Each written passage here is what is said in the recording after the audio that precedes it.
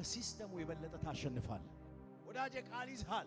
ውጭ የፈለገ ጦርነት ቢኖር የፈለገ ባንተ ላይ የሚነሳ ወጀብ ቢኖር ያ ቃል ወጀቡን አሸንፈ እንድትሄድ ያደርጋል። የሚመጣውን ከውጭ የሚወረወረውን ቀስ ሁሉ መስበር የምትችሉት በምንድን ነው? እናንተ ጋር ባለው በእግዚአብሔር ቃል።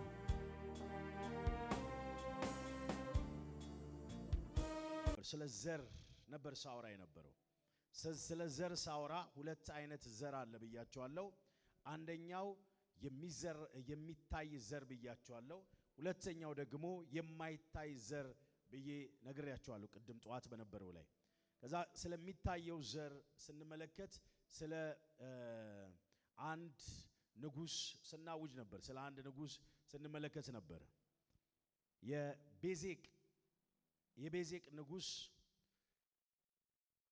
አዶኒ ቤዜቅ የሚባል የቤዜቅ ንጉስ ነው። ይሄ ንጉስ የቤዜቅ ንጉስ ነው። ይሄ ንጉስ አዶኒ ቤዜቅ ይባላል። በንግስና ዘመኑ በጣም አስደናቂ የጦር አቅም ያለው ሰው ነው። በጣም የጦር አቅም ያለው ሰው፣ እጅግ ድንቅ ሰው ነው። ድንቅ ያደረገው በጦር አቅሙ 70 የሚያክሉ ነገስታቶችን የማረከ ሰው ነው። ወደ 70 የሚያክሉ ሀገራት መንግስታትን ማርኮ የማረከ ሰው ነው። 70 ነው እያልኳቸው ያሉት። አንድን ሀገር እንኳን የአንድን ሀገር መንግስት መማረክ ቀላል አይደለም። ከኔ ጋር ናቸው። የአንድን ሀገር መንግስት መማረክ ቀላል አይደለም። ይሄ ሰው ግን የ70 ጦርነት ወይንም በጦርነት ዊን ማድረግ ብዙ ሰው የሚመስለው በጉልበት መሳሪያ በመተኮስ ብቻ ይመስለዋል። አይደለም። ጦርነት ሳይንስ ነው። ዝም ብሎ መተኮስ አይደለም። ይሄ ሰው በጦርነት ጥበብ እጅግ የተካነ ሰው፣ በዘመኑ ሁሉ ያልተሸነፈ ሰው ነው። በጣም የሚገርማችሁ ወደ ሽንፈት የህይወት ጎዳና የሄደበት ሚስ ያደረገባቸው መንገዶች ነበሩ። የመጀመሪያው ሚስ ያደረገው እነዚህን ነገስታቶች ከማረከ በኋላ የመጀመሪያ የሚያደርገው የእጃቸውን ጥፍርና የእግራቸውን ጥፍር ምን ያደርግ ነበር? ይቆርጥ ነበር። ያ ማለት ትዕቢተኛ ንጉስ ነበር። ዊዝደም አለው፣ አቅም አለው፣ ጉልበት አለው፣ የተለየ ነገር አለ። ግን ምን አይነት ሰው? ትዕቢተኛ ሰው ነበር። ወዳጆቼ ትዕቢት በዘመናችሁ ሁሉ ከውድቀት ይቀድማል። አንድ ሰው መተበስ ሲጀምር፣ ይሄ ውስጡ ወደ ትዕቢት ጎዳና መሄድ ሲጀምር፣ ገና ለመተበስ ስታስብ ወድቃ ገና እኮ ምንን ይቀድማል ነው የሚለው? ውድቀትን ትቀድማለች። ልክ ከትዕቢቱ በኋላ አይደለም ውድቀት የሚመጣው። ገና ትዕቢት ሊመጣ ሲል ኦሬዲ ወድቋል። አንድ ሰው ከበድ ይላል አይደል? መጽሐፍ ቅዱስ ስለ ትዕቢት ሲናገር ምን ያደርገዋል? ውድቀት ምን ይቀድመዋል? ውድቀት ፌለሪሲ። ይሄ ንጉስ ይህን አይነት ጥበብ ያለው ንጉስ ነው። ግን ምን አደረገ? ወደቀ። ከዛ በኋላ እጆቻቸውን እየቆረጠ እዚህ ላይ በደንብ አልቆይም። እጆቻቸውን ይቆርጣል። የእጆቻቸውን ጥፍር ለምሳሌ አንድ ሰው ጥፍሩ ከተቆረጠ መያዝ አይችልም። በደንብ መሳሪያ ይዞ መተኮስ አይችልም። ጥፍራችሁ ከተቆረጠ። የእግር ጥፍራችሁን ከተቆረጠ ደግሞ በትክክል መራመድ አትችሉም። ከኔ ጋር ናችሁ? የእግር ጥፍሩ የተቆረጠለት ሰው ሂድ ብትለው እንደዚህ ነው የሚለው። እዚህ ጋር አይችልም በትክክል መራመድ። ብዙዎቻችን ባላንስ ያደረገው የእግር ጥፍራችሁ። የዚህን ሰው ግን እግር ጥፍር ይሄ ነገስታትን ከእንትን ካረገ በኋላ የእጃቸውን ጥፍር የእግራቸውን ጥፍር ይቆርጥ ነበር። ከዛ በኋላ ምን ያደርጋል? ይሄ ብቻ አይደለም ያበቃው። ፍርፋሬ እንዲበሉ እንደ ውሻ ምግብ እየበላ እሱ ከላይ ሆኖ ምግብ እየበላ የሆነ ነገር ፍርፋሪ ያስበላቸው ነበር። በጣም ትዕቢተኛ ክፉ ንጉስ ነው። የተማረከ ሰው እንደዚህ አይደረግም። ትዕቢተኛ ንጉስ ነበር። መጽሐፍ ሲናገር ስለ ከትዕቢቱ በኋላ ወደ ህይወቱ ደሴም እግዚአብሔር ይሁዳን ሙሴና ያዕቆብ ከባረኳቸው በኋላ ከዚህ ንጉስ ጋር ለጦርነት ተገናኙ። ወዳጄ ቃል ካለ ከሲስተሙ የበለጠ ታሸንፋለህ። ይሄ ንጉስ ዊን ያደረገው ከሲስተሙ ወይንም ከምድራዊ ከሚታየው የበለጠ መሄድ መሻገር የቻለው ምንድነው ካላችሁኝ፣ ይሄ ንጉስ ቃል ይዞ ነበር። ይሁዳ ምን ይዞ ነበር? ቃል። ያ ቃል ነው እንዲያሸንፍ ያደረገው ይሁዳ። ወዳጄ ቃል ይዘሃል። ውጭ የፈለገ ጦርነት ቢኖር የፈለገ ባንተ ላይ የሚነሳ ወጀብ ቢኖር ያ ቃል ወጀቡን አሸንፈ እንድትሄድ ያደርጋል። እስቲ ጮኻችሁ አሜን ብላችሁ ሰዱ። አያችሁ ወጀብን የሚመጣውን ከውጭ የሚወረወረውን ቀስ ሁሉ መስበር የምትችሉት በምንድን ነው? እናንተ ጋር ባለው በእግዚአብሔር ቃል ከሚመጣው ከውጭ ድምፅ ይልቅ ውስጣችሁን እግዚአብሔር ብረት አድርጎታል። መጽሐፍ ሲናገር ይሄ ንጉሥ በሕይወቱ ላይ ምን ሆነ መሰላል? ደሴም መሳፍንት ምዕራፍ 1 ቁጥር 17 ወር 7 ነው።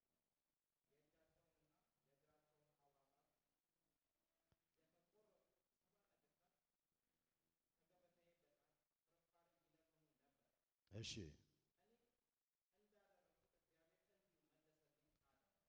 እኔ በማ ላይ በሰባ ነገስታት ላይ እንዳደረግኩኝ እግዚአብሔር በእኔም ላይ ምን አደረገ? መለሰ። ሰው የዘራውን ምን ይላል? ያንኑ ያጭዳል። እሱ የዘራው ነው በሕይወቱ ላይ ሆኖ። ኢየሱስ ጌታ ነው። ይሄን ያዙልኝ። ከኔ ጋር ናችሁ? ይሄን ያዙልኝ። ይሁዳ ይሄ ሰው የዘራውን ዘር ነው ያጨደው። ይሁዳ ደግሞ ይሁዳ ከዛ በፊት ብዙ ጦርነቶች ላይ ተሳትፎ ምንድነው በጦርነት ዊን ያደረገው ነገር የለም። ይሄኛው ጦርነት የመጀመሪያዎቹ አካባቢ ጦርነቶች ናቸው። ግን ባደረጋቸው ጦርነቶች በሙሉ ይሁዳ አሸናፊ ሆኗል።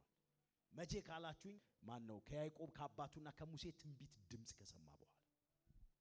ወዳጆቼ ዛሬ የማውጀው ትንቢት ይሄ ማለት ሙሴ የእግዚአብሔር ሰው ነው። ከኔ ጋር ናችሁ? ሙሴ የእግዚአብሔር ሰው ነው። አሁን ሙሴ የለም፣ እኔ ነኝ ያለሁት። ሲያሜን በሉ።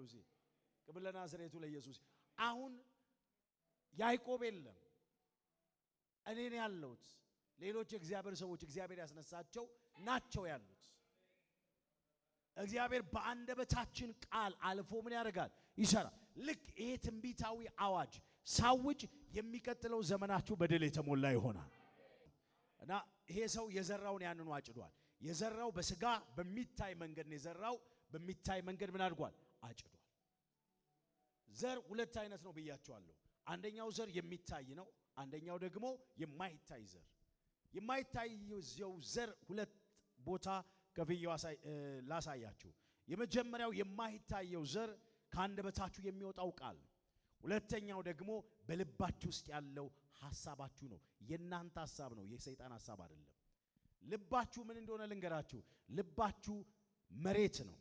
ለምሳሌ አንድ ሰው ዘር ሊዘራ ሲሄድ መሬቱ ለም ከሆነ ኢሚዲየትሊ ምን ይወጣል? ከተዘራበት። ስለ ዘሩ ካስታወሳችሁ ዘር ሊዘራ ወጣ ይላል። አንዳንዱ ዘር መልካም ዘሩ ላይ በመልካም መሬት ላይ አያችሁ። ልባችሁ ዘር ነው።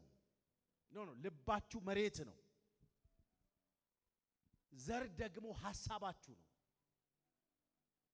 በጣም ማወቅ ያለባችሁ አንዳንድ ሰዎች ሁሉም ሐሳብ ወደ እነሱ የሚመጣው የራሳቸው ሐሳብ ይመስላቸዋል። ከኔ በደንብ ስሙኝ። ሁሉም የሚመጣው ሐሳብ የናንተ ሐሳብ አይደለም። ሐሳብ ምንጭ አለ ወደ እናንተ።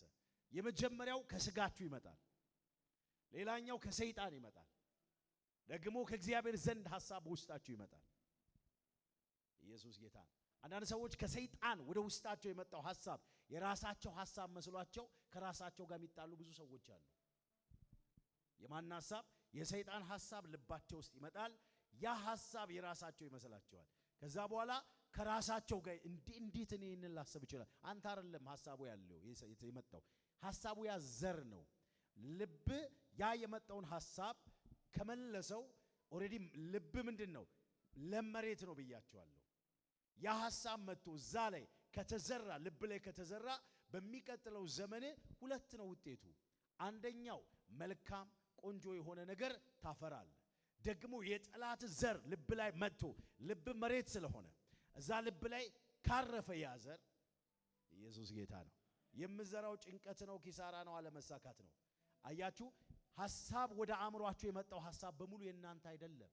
ግን እኔ የእግዚአብሔርን ቃል ሳነብ እኔም ልክ ተንበርክኬ መጸለይ ሲጀምር ማይመጣ ታሪክ አልነበረም። የቤት ኪራይ ይመጣል፣ የሰደበኝ ሰው ትዝ ይለኛል፣ የሞተችው አያቴ ትዝ ትለኛለች፣ የሆነ ሰው በቃ ትዝ ይለኛል፣ ብድር ከተቀበልኩኝ ያ ሁሉ ትዝ ይለኛል። ኢየሱስ ጌታ ነው። ሲያሜን በሉ እስቲ። አሁንም ብዙዎቻችሁ ምስቁት ስለሚመጣ ነው። ይመጣል፣ አሁንም ይመጣል። ኢየሱስ ጌታ ነው። እርግጠኛ ስለሆንኩ ነው የምነግራችሁ። ግን አእምሮአችሁን ኮንትሮል ማድረግ ማነው አሜን የሚል ሰው የሚመጣውን ሐሳብ የናንተ ሐሳብ የእግዚአብሔር ሐሳብ እንዳልሆነ ካወቃችሁ ያንን ሐሳብ ነቅላችሁ ማባረር ትችላላችሁ። ኢየሱስ ጌታ።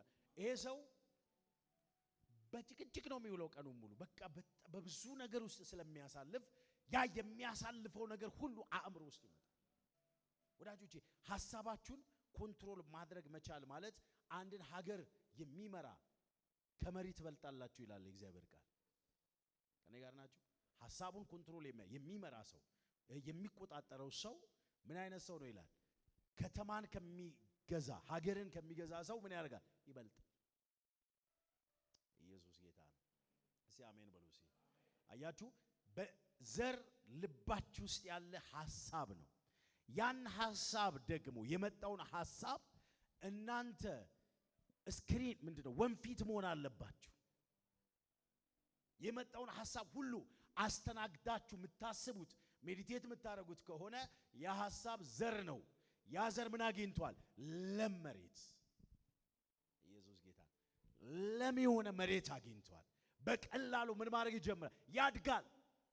ጭንቀት ያድጋል። ከዛ ሐሳብ የተነሳ ኮንፊደንስ አይኖራችሁ፣ ግራ ትጋባላችሁ፣ አቅም አይኖራችሁ። ኢየሱስ ጌታ ነው።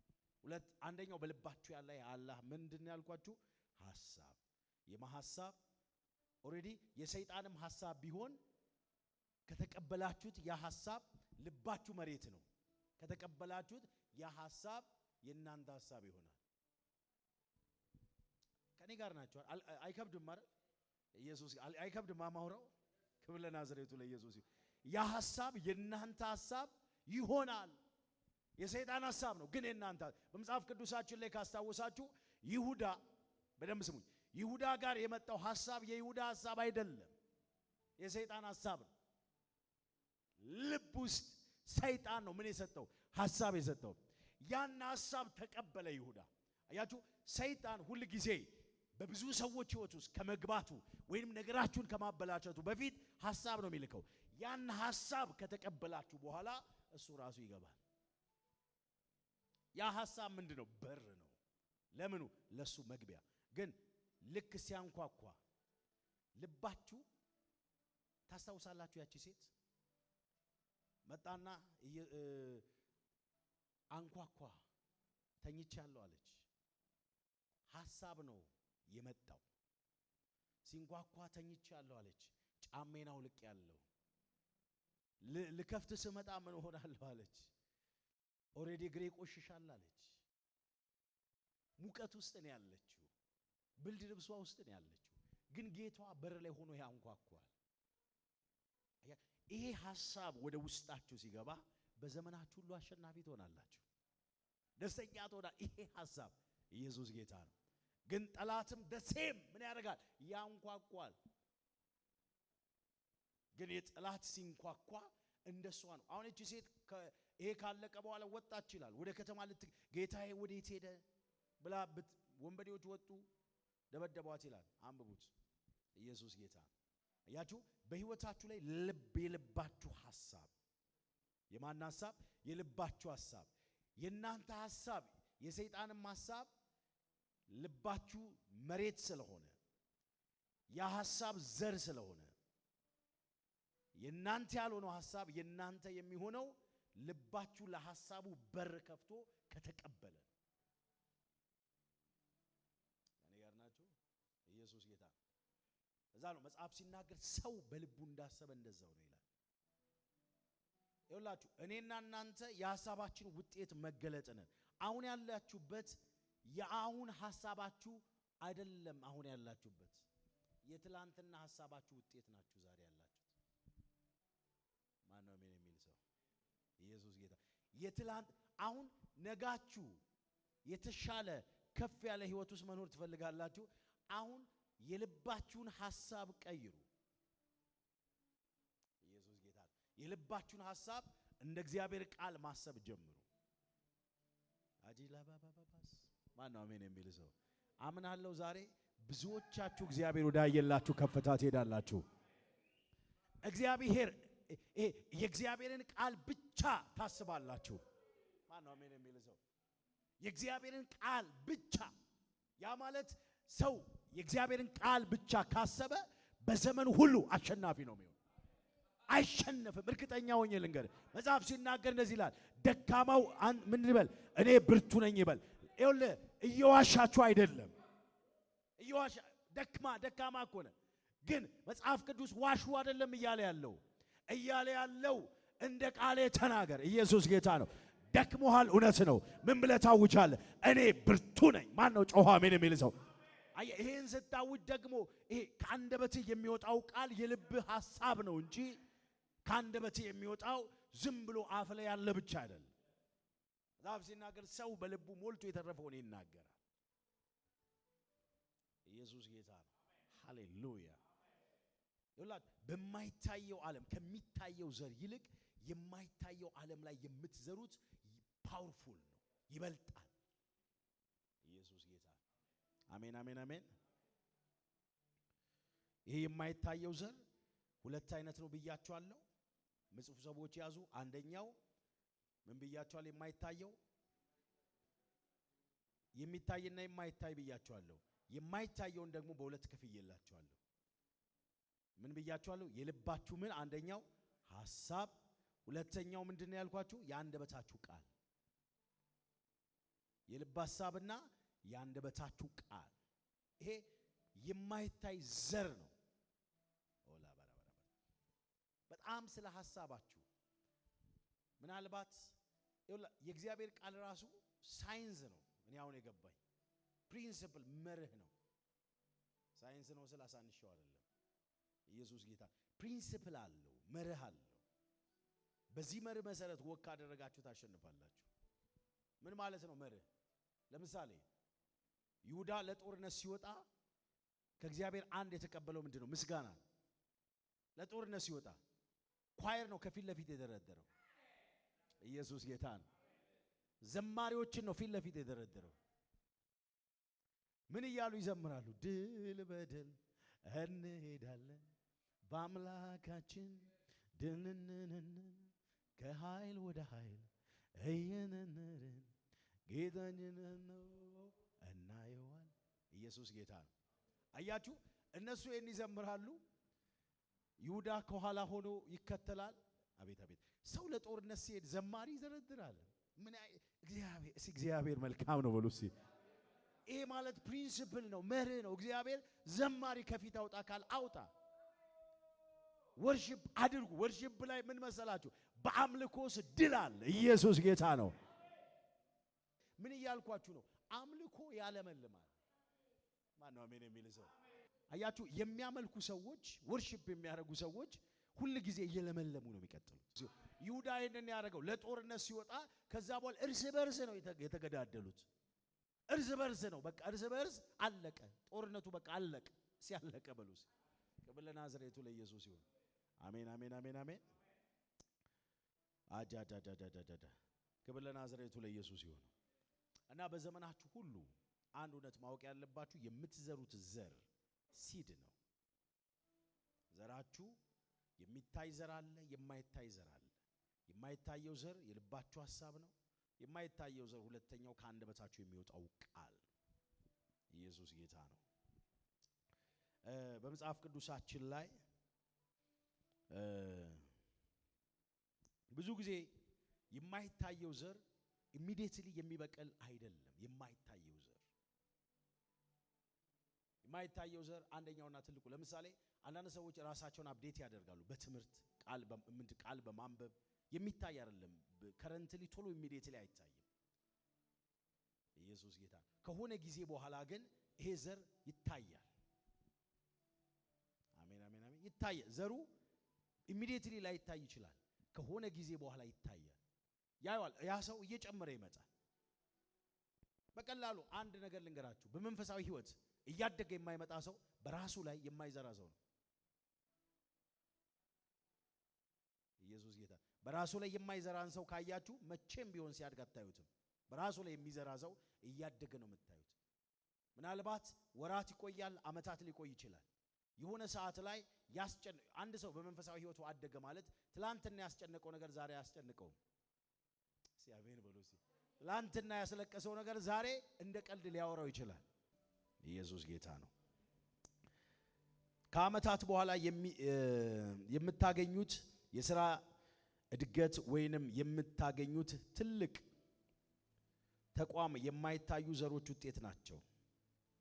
ትልልቅ በህይወታችሁ ላይ የሚሆኑት ምናልባት በድብቅ እየዘራችሁ ያላችሁት ዘር ነው። ቃል ስታነቡ፣ ስትጸልዩ፣ ስትጾሙ፣ ከጌታ ጋር ህብረት ስታደርጉ፣ ጾም ጸሎት ስታደርጉ፣ ወዳጆቼ ይህን ስታደርጉ ዛሬ አይታይም፣ ግን ከጊዜ በኋላ ውጤቱን ታዩታላችሁ። ህይወታችሁ እያበበ ፍሩትፉል እየሆናችሁ ታዩታላችሁ። ከጊዜ በኋላ ከወራት ከዓመታት በኋላ ኢየሱስ ጌታ ነው። የሆነ ስራ እየተሰራ እንደሆነ ወቁ። ደሴም የማይዘሩ ሰዎች ደግሞ በህይወታቸው ላይ ዘርን የማይዘሩ ሰዎች ፊታቸው እንደ ድሮ ያሉ ይመስላቸዋል። ውስጣቸው ግን ምስጥ ታውቃላችሁ። እኔ ምስጥ ካለበት አካባቢ ነው የመጣሁት። ምስጥ ካያችሁ ዛፉ እንዳበበ ነው፣ ቆንጆ እንደሆነ ታዩታላችሁ። ግን ውስጡ ምን ሆኗል? ተበልቷል። ውስጡ ተበልቶ ሄዳችሁ ሲነካ አርጉት፣ የለም። ኢየሱስ ጌታ ነው። የሚዘሩ ሰዎች ውስጣቸው ኮንክሪት እየሆነ ይመጣል። ሰው የሚያስጨንቀው ነገር እሱ ነው ያስጨንቀው። ሰው ግራ ያጋባው ነገር ያን ሰው ግራ ያጋባው። ለምን? ኦሬዲ ዘር ነው እየዘራ ያለው። ኢየሱስ ጌታ ነው። አሁን አንዳንድ ሰዎች ይሄ ሰው ደፋር ነው ትላላችሁ። በጣም ደፋር ነው ለመንፈሳዊ ነገር። አንዳንድ እግዚአብሔር ሰዎችን ካያችሁ እዚህ ጋር ከባባድ ወጀብ እያለ በአደባባይ ወጥተው ይናገራሉ። ኢየሱስ ጌታ ውስጣቸው ኮንክሪት ስለሆነ ነው። ትዕቢት አይደለም። ከኔ ጋር ናችሁ? አንዳንድ ትዕቢት የሚመስሉ ንግግሮች አሉ። እኔ አሁን አንድ እግዚአብሔር ሰው አለ ይገርመኛል። ለምንድን ነው ይሄ የሆነው ካላችሁ ውስጡ ኮንክሪት ስለሆነ ነው። ውስጡ ጠንክሯል። ሊመጣ ላለው ነገር ሁሉ ለመቀበል ሬዲ ነው። አየህ፣ ውስጥ በጣም ጠንካራ ሲሆን ሊመጣ ላለው ነገር ሁሉ ዝግጁ ነህ። ለዛ ነው አየህ የሚዘራ ሰው ውስጡ ኮንክሪት እየሆነ ይመጣል። ደፋር ትሆናል፣ ጠንካራ ትሆናል። ውስጥ ኃይል ይኖረዋል፣ አቅም ይኖረዋል። ኢየሱስ ጌታ። ይሄ ደግሞ የሚመጣው በአንድ ጀንበር አይደለም። it takes the time። ብዙ ሰው ማያውቀው ውጤቱ ቶሎ ስለማይሆን በቃ የሆነ ተስፋ ይቆርጥ። አትቁረጥ ወዳጄ፣ አትቁረጥ። እርግጠኛው አንተ ራሱ ታውቀዋል። ሰው ጋር ላይ ይታይ ይችላል ለጊዜው፣ ለአንድ ወር ላይ ይታይ፣ ለሁለት ወር ላይ ይታይ ይችላል፣ ለሶስት ወር ለአምስት ወር ላይ ይታይ፣ ለአንድ ዓመት ላይ ይታይ ይችላል። ግን አንተ ታውቀዋል። ውስጥ የሆነ ይረዳል። የሆነ ኃይል እየጨመርክ እንዳለ አንተ ታውቀዋል። የሆነ ነገር እንትን እያለ እንደሆነ አንተ ታውቃለህ። ኢየሱስ ኮንፊደንስ ይጨምራል። መጀመሪያ አንዳንዱ ከመጀመሪያ ለምሳሌ ከአገልግሎት የምትሸሽ ከሆነ አሁን ለማገልገል ውስጥ ይነሳሳል። ወደፊት ትላል። ኢየሱስ ጌታ። ለመጸለይ ወደፊት ትላል። ዛሬ በጌታ በኢየሱስ እግዚአብሔር አምላክ የምትዘሩበትን ኃይል ይስጣችሁ። በእግዚአብሔር ቃል የእግዚአብሔርን ቃል በማንበብ በመጸለይ ዘር የምትዘሩበትን እግዚአብሔር አቅምን ይስጣችሁ በኢየሱስ። ማን ነው ጮኸ አሜን የሚል ሰው? ሌላኛው ደግሞ በጣም አስደናቂው ነገር ከማይታዩ ዘሮች መካከል ለአንድ ሰው የምትናገሩት የብርታት ቃል ወይንም የምታሳዩት ደግነት፣ የብርታት ቃል ለዛ ሰው የምታሳዩት ደግነት። በደንብ ስሙኝ። አንድ ሰው ስታገኙት ዲስካሬጅ ካደረጋችሁት ያ ዲስካሬጅመንት ወደ እናንተ በብዙ እጥፍ ነው የሚመጣው። ግን ያንን ሰው ካበረታታችሁት ወደ እናንተ የሚያበረቱ ነገሮች ናቸው የሚከተሏችሁ። አንዳንድ ሰው የሆነን ሰው ዲስካሬጅ አድርጌ እኔ አልፋለሁ እሻገራለሁ ብሎ የሚያስቡ ሰዎች አሉ። ሌላውን በመደበቅ እነሱ መሻገር የሚፈልጉ ሰዎች አሉ። አንድ እውነት ልንገራችሁ፣ እነዛን ለመደበቅ የምታደርጉት ንግግር እናንተን ነው እንጂ የሚደብቃችሁ ያን ሰው አይደብቀው ጌታ ነው። አሁን ግን የሚመስለው ምንድነው? አንዳንድ ጊዜ እኛ አንዱን እንደብቅና የዛ ሰው ዝቅታ የኛ ከፍታ ይመስለናል። አይደለም። ያን ሰው ዝቅ ለማድረግ በሞከርን ቁጥር እኛ ከዛ ሰው በብዙ ጥፍ ዝቅ ነው የምንለው። ኢየሱስ ጌታ ነው። እና በአንደበታችሁ በኢንካሬጅመንት የምትዘሩት ዘር፣ ሰውን ኢንካሬጅ በማድረግ ጓደኞቻችሁን፣ ቤተሰቦቻችሁን ኢንካሬጅ በማድረግ የምትዘሩት ዘር ወደዳችሁም ጠላችሁም ያ ዘር ወደ እናንተ በእጥፍ ነው የሚመጣው። ኢየሱስ ጌታ ነው። አሜን አሜን አሜን። ላባሽካቦስ ሌላኛው በየቀኑ የምታነበው መጽሐፍ ወይንም የምታዳብሩት አዲስ ክህሎት በአሁኑ ሰዓት ለውጡ ላይ ይታይ ይችላል። የምታነቡት መጽሐፍ አዲስ ክህሎት ቢውልድ ለማድረግ በመታረጉት ነገር አሁን ላይ ይታይ ይችላል። ከአመታት በኋላ የሚገኝ የሥራ እድል ወይንም ውጤት ይሆናል። ከአመታት በኋላ ብዙ ሰው የሚመስለው አያችሁ፣ አንዳንድ ሰው ልክ የሆነን ሰው ሲያይ የዛ ቀን ውጤት እንዲህ ይላል፣ ደብል ፖርሽን ያንተን እፈልጋለሁ ይላል። እግዚአብሔር እኮ የመስጠት ችግር የለበትም፣ ግን ደብል ፖርሽን በአንድ ቀን አይሆንም። ለምሳሌ በኤልያስና በኤልሳ መካከል ያለውን የህይወት መንገድ ተመልከቱ። ኢየሱስ ጌታ ነው። ኤልሳ ኤልያስን ሲከተለው የተከተለበት ፕሪንሲፕል አለው፣ መርህ አለው። ይሄ ሰው ያለውን ሁሉ አርዶን የተከተለው አንደኛው። ሁለተኛው ከስታተሱ ወርዷል ይሄ ሰው።